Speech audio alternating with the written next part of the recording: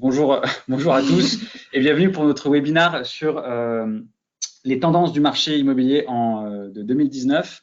Le sujet aujourd'hui, c'est de discuter ensemble de la surévaluation ou pas du marché français et de savoir où on va pour les prochains mois.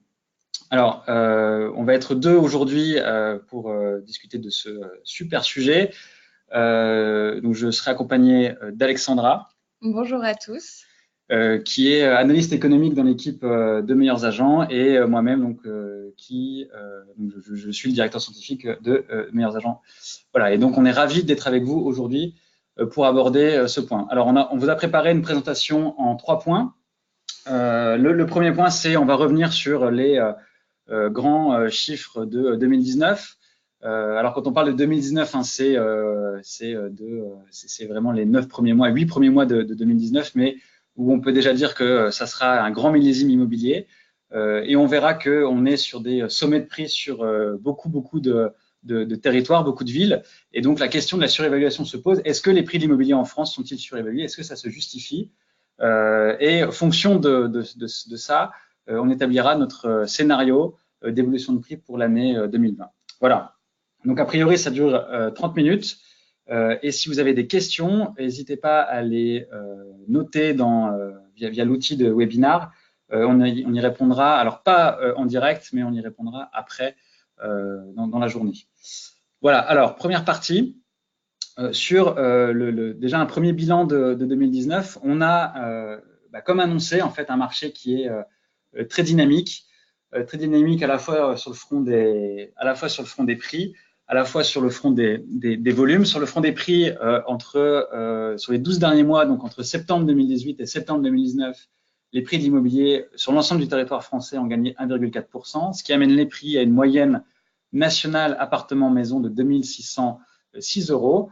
Et sur le front du volume de transactions, on est sur un chiffre à 994 000 transactions, dernier chiffre officiel, donc 994 000 transactions dans l'immobilier résidentiel ancien entre juin 2018 et mai 2019. Et ça a grimpé de 4 points depuis l'année dernière. Donc, à la fois sur le front des volumes et à la fois sur le front des prix, c'est dynamique. Pourquoi est-ce que le chiffre des volumes est impressionnant? C'est parce qu'on on a vraiment dépassé les plus hauts.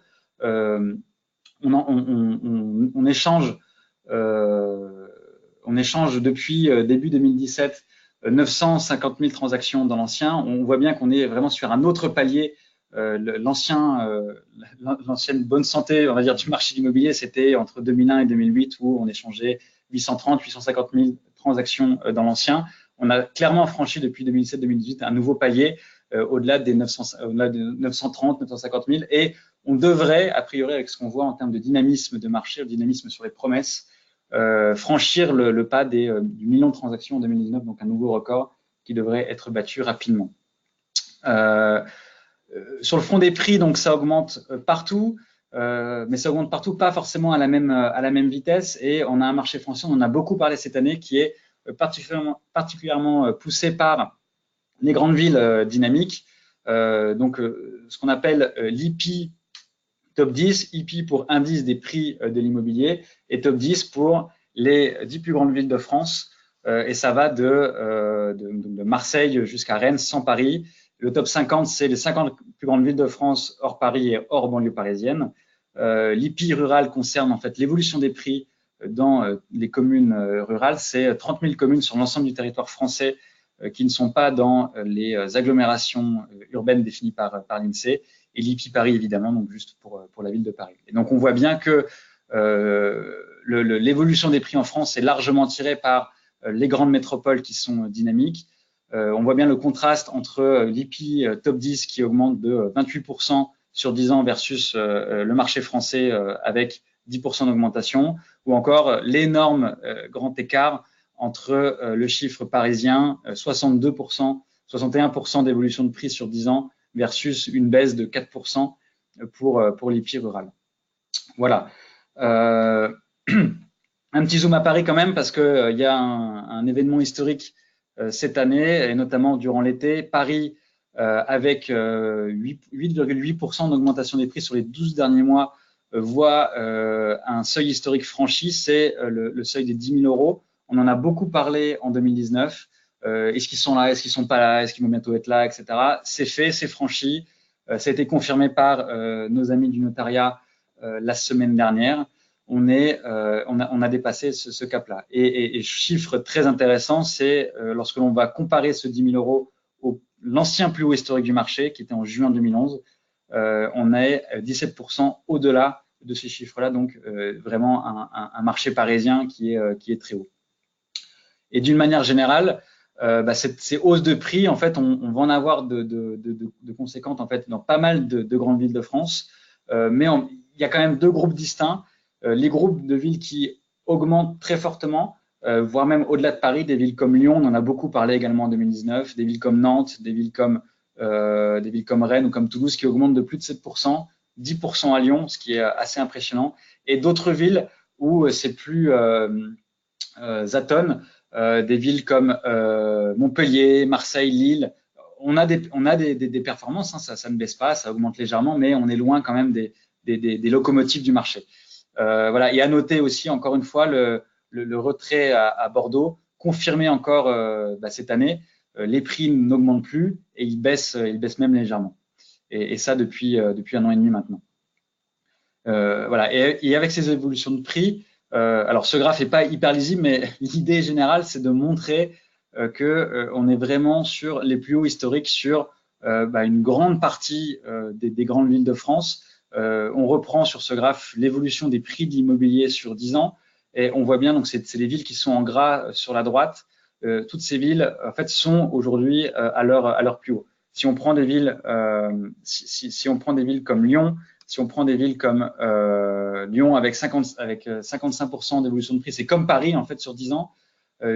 Si on prend des villes comme Nantes, qui aujourd'hui avec 40% d'évolution de prix sur 10 ans, ça amène leur prix à environ 3 300 euros du mètre. C'est des chiffres qui n'ont jamais été atteints. Pour Lyon, je ne l'ai pas dit, mais on est à 4 500. On n'a jamais atteint ces résultats-là. Toulouse, Rennes, on a dépassé les 3 000 euros du mètre carré. Voilà, donc toutes ces villes, en fait, on est vraiment sur des niveaux vraiment les plus hauts historiques.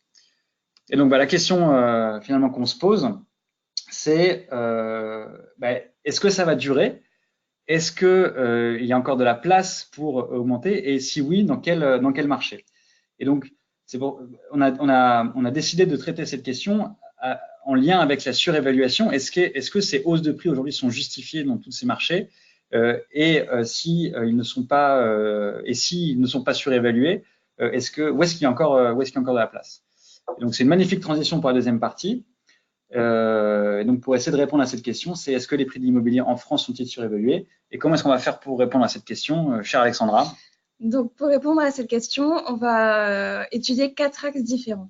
D'abord, on va voir si le pouvoir d'achat des résidents est correct, si l'emploi et la démographie soutiennent cette hausse des prix, si le temps pour amortir un achat par rapport à la location est long ou pas, et ensuite le rapport de force entre l'offre et la demande.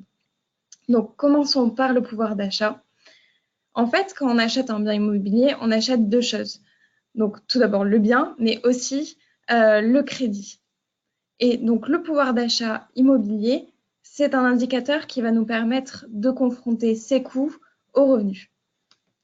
Et ainsi, on va pouvoir voir quelle est la surface qu'un ménage moyen peut s'offrir. Donc, on a vu que les prix augmentaient, mais ce qu'il faut voir aussi, c'est que le coût du crédit a baissé de près de 30% en 8 ans. Et notamment, donc, les taux d'emprunt sont passés de 4% en 2011 pour atteindre 1,3% aujourd'hui. Taux d'emprunt à 20 ans, ce qui effectivement entraîne une baisse du coût du crédit qui est très importante. Tout à fait. Et donc, cette baisse des coûts va plus que compenser la hausse des prix, en fait. Par exemple, à Paris, on voit que malgré la hausse des prix de plus de 17%, on a un gain de pouvoir d'achat de 13%. Et ça, c'est pareil à peu près partout, mis à part dans quelques grandes villes où la hausse des prix a été de plus de 30%. Encore une fois, on compare les chiffres qu'on donne ici, c'est l'évolution entre juin 2011 et aujourd'hui. Pourquoi est-ce qu'on choisit juin? Parce que c'est vraiment l'ancien plus haut du marché. Et donc, même Paris, Et ce qui est impressionnant, et c'est tout le paradoxe parisien, même Paris aujourd'hui à 10 000 € du mètre carré, avec une hausse de 17%, la baisse du coût du crédit fait en sorte que les Parisiens gagnent finalement du pouvoir d'achat par rapport à 2011. Et c'est ça qui est intéressant et c'est ça qui donne un moment de marché qui est intéressant. Et en ce moment, on voit que le pouvoir d'achat est globalement bon partout. En France, en moyenne, un ménage de 2 personnes peut s'offrir 59 mètres carrés. Et même dans les 10 plus grandes villes de France, un ménage peut s'offrir 45 mètres carrés. Alors, quelques petits bémols à Bordeaux et à Nice, où le pouvoir d'achat a franchi le seuil de 36 mètres carrés, qui représente la surface d'un logement décent pour 2 personnes, donc seuil qui est défini par l'INSEE. Et on remarque aussi que Lyon tend à rejoindre Bordeaux et Nice. Petite exception parisienne, encore une fois, où le pouvoir d'achat est plutôt bas à 22 mètres carrés. Donc là, effectivement, pour 2 personnes, c'est plus compliqué. Mais ce qu'on retient, c'est que si le pouvoir d'achat est aussi bon, il y a de la place pour que les prix augmentent encore, sauf à Bordeaux, à Nice, comme on l'a vu, où les prix ne montent plus d'ailleurs. Et à Paris, mais le problème de pouvoir d'achat à Paris a toujours existé et les prix n'ont pas pour autant cessé d'augmenter. Et même si effectivement, comme tu le dis, Alexandra, même si les problèmes de pouvoir d'achat ont fait caler une ville comme Bordeaux en 2018, parce que clairement, aujourd'hui à Bordeaux, on a des problèmes de pouvoir d'achat. C'est pour ça que les prix n'augmentent plus, puisque les revenus des Bordelais ne permettent plus d'acheter des surfaces qui sont décentes. Paris présente d'autres moteurs. Les problèmes de pouvoir d'achat à Paris ne sont pas nouveaux.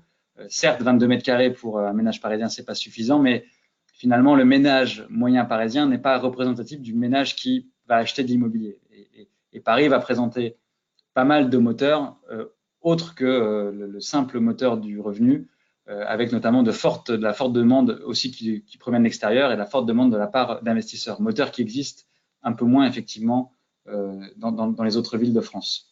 Voilà, et donc quand on regarde finalement ces chiffres de pouvoir d'achat, on se dit que il y a encore pas mal de place en France et il y a encore pas mal de place dans pas mal de villes, même des villes qui augmentent beaucoup, pour que en fait finalement les ménages puissent accéder au logement, accéder à la propriété sans trop de soucis, parce que l'équilibre qui est opéré par les taux leur permet d'accéder à la propriété et des logements qui sont clairement décents. Ok. Donc maintenant, si on regarde l'emploi et la démographie, qui sont quand même des moteurs du marché immobilier, on va voir, alors tout d'abord l'emploi. Le taux de chômage est passé de 10,5% en 2015 à 8,5% aujourd'hui, donc ce qui représente environ 500 000 chômeurs en moins qui peuvent devenir de potentiels acquéreurs. Et ça, c'est vraiment une dimension qui est importante, parce que depuis toutes les analyses qu'on peut lire dans la presse, etc., vont mentionner en fait la bonne santé du marché de l'immobilier au regard des taux d'emprunt, mais l'analyse, elle ne serait pas complète si on n'évoque pas le taux de chômage. Parce que la réalité, c'est qu'on est dans un cycle haussier en termes de prix de l'immobilier depuis la fin 2015, début 2016, et ça coïncide parfaitement, alors évidemment avec les taux, mais parfaitement aussi avec cette baisse du chômage. Et moins de chômeurs, c'est plus d'acquéreurs, et c'est finalement tout le mécanisme économique, tout le mécanisme de l'emploi qui marche bien, et donc potentiellement les gens aussi qui ont un emploi aujourd'hui gagnent mieux leur vie. Et donc c'est tout ce système en fait qui va venir renforcer la demande et la soutenir, et ce qui est intéressant du coup pour le marché. Mais un autre facteur à regarder, c'est aussi le facteur démographique, et notamment la tranche des 30-44 ans, parce que c'est l'âge auquel on achète le plus, simplement. On est plus actif sur le marché quand on regarde effectivement des stats d'acquisition ou de vente de logements. C'est le segment de marché qui est le plus actif. Et donc, c'est intéressant de regarder cette extraction de population pour avoir une bonne idée de l'afflux ou pas démographique. Et là, ce qu'on voit, c'est que cette tranche de population fuit Paris et le monde rural pour aller dans les grandes villes. Et on voit bien du coup que c'est en lien avec, encore une fois, l'évolution des prix, parce que comme on l'a vu tout à l'heure, les prix en France sont portés par les grandes villes dynamiques, les grandes villes, donc les 10 plus grandes villes et les 50 plus grandes villes, où on voit bien que c'est des villes qui attirent de la population, qui attirent des jeunes actifs, et donc les prix vont être amenés à augmenter, alors que dans le monde rural, les prix sont plutôt amenés à baisser, voire être stables, mais plutôt orientés à la baisse ces dernières années, Et donc, on voit bien que c'est lié avec la démographie et l'attraction des jeunes actifs. Encore une fois, l'exception parisienne, Paris qui agit comme un repoussoir, mais Paris qui continue d'augmenter très fortement et jusqu'à atteindre des records. Encore une fois, les mécanismes à Paris sont très particuliers et c'est encore une fois tout le paradoxe parisien. Donc maintenant, si on croise ces deux facteurs, on se rend compte qu'il y a des villes où tout va très bien, donc qui sont attractives pour les jeunes et où le chômage est plutôt bas. Donc ce sont des villes comme Toulouse, Bordeaux, Lyon, Nantes ou Rennes. Et à l'inverse, oui, juste je précise quand même, ce sont les villes qu'on a vues quand même qui ont bien augmenté ces dernières années. C'est un peu les stars des années précédentes, avec des villes comme Bordeaux en 2016, des villes comme Lyon, évidemment, 2017-2018, des villes comme Nantes qui augmentent beaucoup. Donc vraiment dans cette partie de la carte entre les villes qui attirent des jeunes actifs et où on a des taux de chômage qui sont très intéressants, bien en deçà de la moyenne nationale, on voit bien que ça soutient, c'est de nature à soutenir le marché. Une ville comme Nantes, une ville comme Rennes, on a des taux de chômage qui sont inférieurs à 7%, ce qui est excellent. Et à l'inverse, en comparaison, oui, on a des villes où au contraire le chômage est plutôt élevé et qui n'attirent pas forcément les jeunes. Donc ça va être des villes comme Nice ou Marseille. Donc là, des villes où c'est effectivement plus compliqué, où le marché n'est pas soutenu par ses fondamentaux. Et encore une fois, ça se ressent dans l'évolution des prix, puisque ces dernières années, c'est pas les villes comme Marseille ou Nice qui ont connu les plus belles évolutions de prix. Au contraire, Marseille, ça change un peu cette année, mais ça reste bien en deçà de ce qu'on peut voir dans d'autres communes. Et au milieu, vous avez des villes effectivement comme Montpellier, Lille ou Strasbourg, où là, c'est des villes qui peuvent être attractives, mais où il y a encore des petits problèmes en termes d'emploi. On peut noter cependant une super amélioration sur le taux de chômage à Lille, qui baisse assez fortement. Et ça va être intéressant du coup de suivre cette ville dans le futur, parce que ça devrait être de nature à dynamiser la demande et à dynamiser du coup le marché. Voilà, donc encore une fois, on voit bien que les fondamentaux, emploi et démographie, vont expliquer les dynamiques immobilières. Et qu'au regard de ces fondamentaux-là, finalement, les villes qui augmentent sont celles où les fondamentaux sont là, sont présents, et donc finalement, c'est logique. Le troisième pilier qu'on peut regarder, c'est vraiment la durée d'amortissement d'un bien par rapport à l'achat, parce que les acheteurs vont être motivés à rentrer sur le marché si finalement c'est intéressant et si l'achat est intéressant par rapport à la location. Et donc pour faire ça, en fait, on regarde, on va calculer en fait la durée d'amortissement liée à un achat immobilier. Vous savez très bien, c'est pas à vous que je vais apprendre ça, que acheter un bien va générer des coûts, à la fois des coûts initiaux qui sont représentés par à la fois des frais d'agence et les droits de mutation qui vont représenter jusqu'à 12,5% du prix du bien, mais aussi des coûts liés au crédit. Tous ces coûts-là, en fait, rentrent dans le calcul d'un futur propriétaire, d'un futur acquéreur, et il va comparer ça par rapport aux coûts liés à la location. Et aujourd'hui, le moment qui est intéressant, c'est qu'on comprend bien que si un locataire va payer, par exemple, une ville comme Paris, 3% de la valeur du bien chaque année en termes de loyer à son propriétaire, il va payer en termes d'intérêt à son banquier juste 1,3% de la valeur du bien chaque année. Donc, on comprend bien qu'il se passe quelque chose autour du crédit. Et donc, la grande question, c'est combien de temps en fait, on va mettre pour amortir les frais initiaux, les surcoûts liés à l'achat, donc les 12,5% de frais, et combien de temps on va mettre pour amortir ça. Et donc, si on fait ce calcul-là, d'un point de vue national, en fait, on met, et c'est pour ça qu'on est sur un moment de marché qui est très, très intéressant, c'est que c'est très court. En France, on va mettre 2 ans et 5 mois en moyenne pour amortir les coûts liés à un achat versus la location. Et dans la plupart des grandes villes, et même dans Paris, ces délais sont très courts. Et pourquoi est-ce qu'on dit que c'est très court? Parce qu'encore une fois, si on compare par rapport à 2011, dans une ville comme Lyon, on mettait 15 ans en 2011 pour amortir les frais liés à l'achat, pour que l'achat soit plus intéressant que la location. Il fallait attendre 15 ans dans une ville comme Lyon, et aujourd'hui, c'est passé à 7 ans. Alors, pour faire cette hypothèse, on suppose évidemment que le marché va rester stable, ce qui est une hypothèse, on va dire, un peu faible en ce moment, parce qu'on peut partir du principe que ça va continuer d'augmenter, sans faire trop de teasing par rapport à ce que je vais raconter tout à l'heure. Mais en supposant, c'est la même hypothèse qu'on fait sur le chiffre de 2011, en supposant que les prix restent stables, dans une ville comme Lille, par exemple, si on était amené à rester plus de 6 ans dans le logement, ça devenait plus intéressant d'acheter son bien que de le louer. Aujourd'hui, on est passé à 3 ans.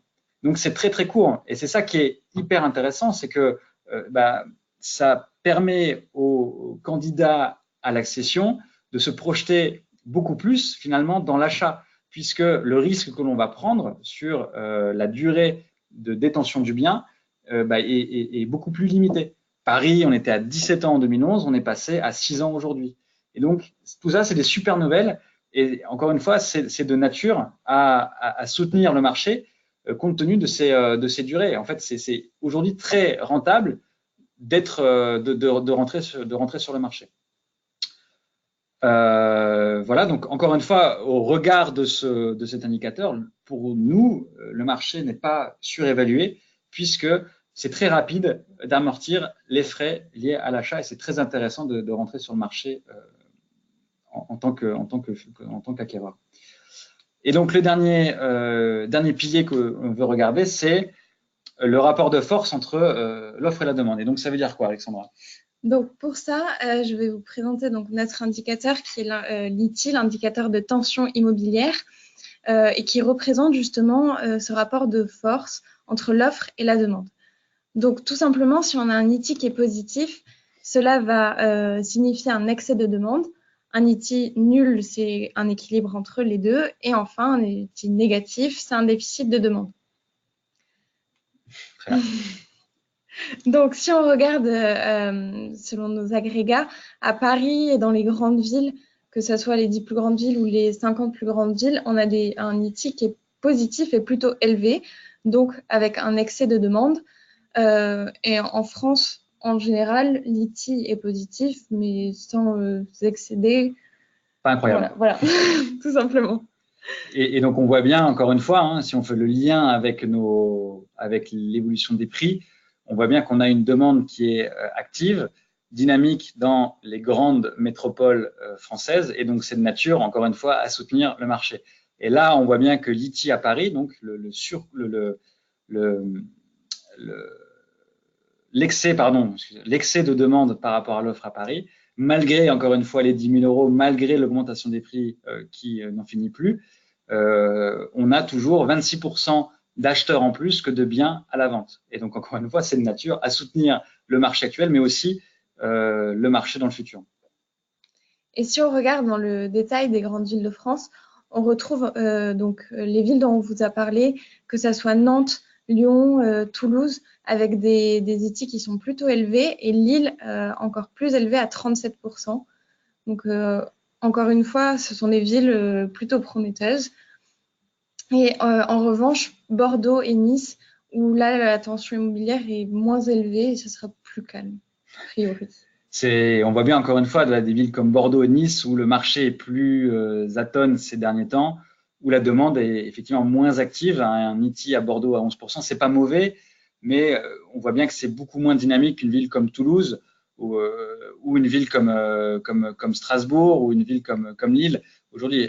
Et pour donner un élément de comparaison, Bordeaux en 2016, lorsque Bordeaux a vraiment connu une augmentation de prix très très forte, hein, c'était 16% sur un an, on avait un ITI qui était au-delà des 30-40%. Donc c'était très très fort. Donc on voit bien que ça s'est plus tassé aujourd'hui. Voilà, donc si on fait la synthèse de tout ce qu'on vient de se raconter, en fait, on se rend compte que au regard de ces 4 dimensions, pouvoir d'achat, fondamentaux, démographie, emploi, durée d'amortissement ou d'indicateurs sur la demande, tous ces indicateurs-là, en fait, expliquent et soutiennent finalement le marché, la bonne santé du marché de 2019 dans les grandes villes de France, dans le top 10 et dans le top 50.